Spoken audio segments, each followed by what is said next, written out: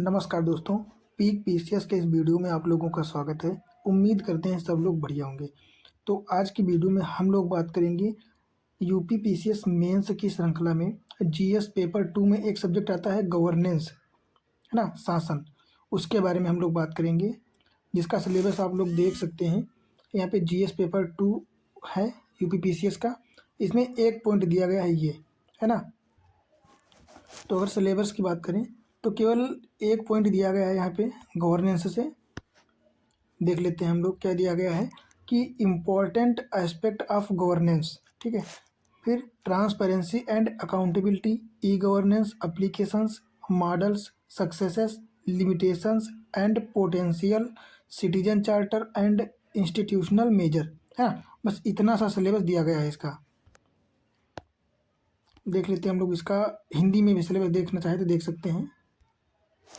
तो क्या दिया गया है गवर्नेंस का सिलेबस।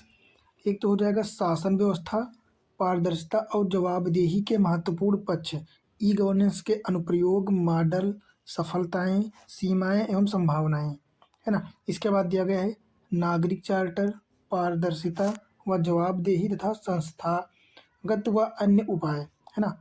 अगला टॉपिक दिया गया है लोकतंत्र में सिविल सेवकों की भूमिका, है ना, सिविल सेवकों और सिविल सेवाओं की भूमिका। तो बस इतना सा सिलेबस है, जिसके ज़्यादा से ज़्यादा कितने 2 पॉइंट दिए गए हैं। और यहाँ से आपके कम से कम 12 से लेकर 20 नंबर तक के, कभी कभी एक और कभी कभी 2 क्वेश्चंस आते हैं, जो अभी हम लोग पेपर डिस्कस करेंगे और पेपर देखेंगे, फिर आप लोगों को प्रूफ दिखाएंगे कि वहाँ से क्वेश्चन जो है आते हैं और इतने नंबर के आते हैं। अब मैं बात करूँ, गवर्नेंस के लिए आपको किसी भी मोटी बुक को पढ़ने की आवश्यकता नहीं, कुछ भी पढ़ने की आवश्यकता नहीं। बस आपको ये नोट्स पढ़ना है। मैं दिखा देता हूँ कितना है,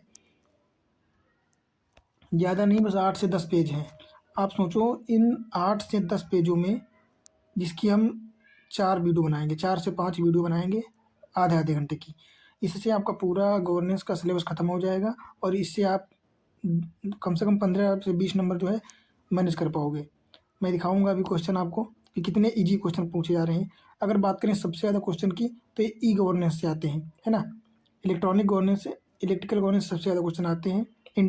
इसकी बात करें तो इसमें ऑनलाइन मोड की बात करी जा रही है ना, कि किस प्रकार जो है एडमिनिस्ट्रेशन की सभी सर्विसेज को ऑनलाइन मोड पे लिया जा रहा है ना। फिर वो रेलवे हो या गवर्नेंस हो या एडमिनिस्ट्रेशन हो या सरकार हो, है ना, सभी सेवाएं जो हैं इंटरनेट से कनेक्ट हो रही हैं, ताकि पारदर्शिता को बढ़ावा दिया जा सके, है ना। उसमें जो अधिकारी काम कर रहे हैं उनकी ट्रांसपेरेंसी बनी रहे, उनकी रिस्पॉन्सिबिलिटीज़ बनी रहे, है ना, ताकि वो जवाबदेह प्रशासन हो सके, इक्वलिटी लाई जा सके।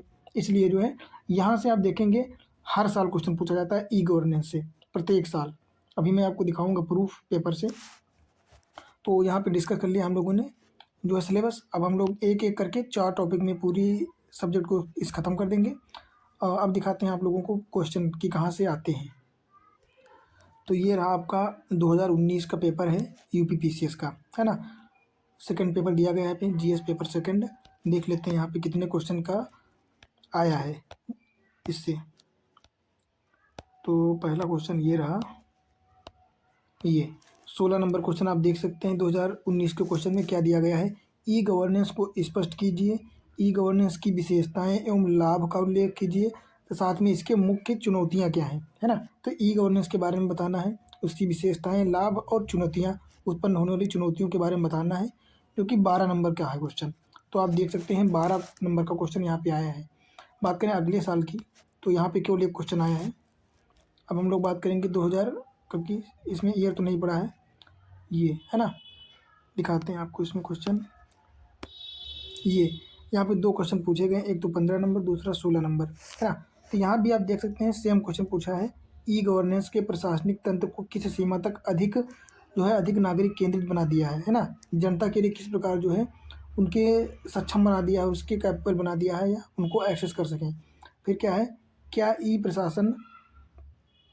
शासन जो है प्रणाली को हम अधिक सहभागी बना सकते हैं और भी अधिक बनाया जा सकता है। तो बिल्कुल बनाया जा सकता है, जिसके बारे में हम लोग आगे बात करेंगे। तो यहाँ भी एक 12 नंबर का क्वेश्चन ये पूछा गया है, और एक ये पूछा गया है कि सूचना अधिकार अधिनियम ने लोक सेवकों को स्टील फ्रेम के बाहर आकर निष्ठापूर्वक जनता की सेवा करने के लिए बाध्य कर दिया है ना, जिसको आरटीआई कहते हैं, सूचना का अधिकार अधिनियम। तो यहाँ से ये भी पूछा जा सकता है। हालांकि इसको आप पॉलिटी में भी जोड़ सकते हैं और ई गवर्नेंस से भी जोड़ सकते हैं। तो इसको आप जिसमें देखना चाहें उसमें देख सकते हैं, है ना। तो यहाँ भी अगर देख लें तो मोटा मोटा जो है 15 नंबर का आराम से यहाँ से एक क्वेश्चन ये और ये कि इन दोनों को जोड़ लें तो हो जाएगा 25 नंबर का, 24 नंबर का, है ना। तो यहाँ भी 2 क्वेश्चन देखे गए हैं। फिर बात करते हैं 2022 में, है ना। इसमें देखें तो एक ही क्वेश्चन पूछा गया है यहाँ भी, यहाँ भी ई गवर्नेंस ही पूछा गया है। क्या? ई गवर्नेंस ही। तो ई गवर्नेंस से संबंधित उमंग योजना, ये करंट अफेयर से जोड़ करके पूछा गया है ना, करंट अफेयर से, कि उमंग योजना जो है ये ई गवर्नेंस से किस प्रकार जो इसकी विशेषताएं हैं, किस प्रकार जो है जनता के लिए मदद करता है। तो इस प्रकार आप देख सकते हैं कि हर साल 12 से 15 नंबर का क्वेश्चन, एक या कभी कभी 2 क्वेश्चन जो है ज़रूर पूछे जाते हैं। तो यहाँ प्रूफ भी है आपके पास कि यहाँ से क्वेश्चन पूछे जाएंगे, ज़रूर पूछे जाएंगे। और मैं यहाँ पे एक बात और बता देता हूँ कि केवल और केवल 10 से 12 पेज का मेरा नोट्स है ना। आप एज इट इज़ नोट भी बना सकते हैं मेरी वीडियो देख करके, और 1 से 2 बार वीडियो भी देख के अपना पूरा गवर्नेंस का सिलेबस बस इतने में ही कवर कर सकते हैं, वो भी बहुत ही शॉर्ट नोट्स में, है ना, एकदम बढ़िया तरीके से। तो अब हम लोग चलते हैं अपने पहले टॉपिक पे, उसको मैनेज करते हैं। तो यहाँ पे आप लोगों ने सिलेबस पूरा देख ही लिया है ना। सिलेबस भी देख लिया है, बाकी क्वेश्चन भी देख लिए कि किस प्रकार से हर साल एक क्वेश्चन आ रहा है, और मोस्टली सालों में जो देखा गया है वो ई गवर्नेंस से ही क्वेश्चन पूछता है ना, ई गवर्नेंस से। तो इस सीरीज की जो है ई गवर्नेंस सब्जेक्ट की 4 वीडियो आएंगी, जिसमें टोटल गवर्नेंस आपका कंप्लीट हो जाएगा जो आपके टॉपिक सिलेबस में दिए गए हैं, है ना। तो उम्मीद करते हैं वीडियो आप लोगों की सीरीज अच्छी लगेगी, और फिर स्टार्ट करते हैं अपने पहले टॉपिक से।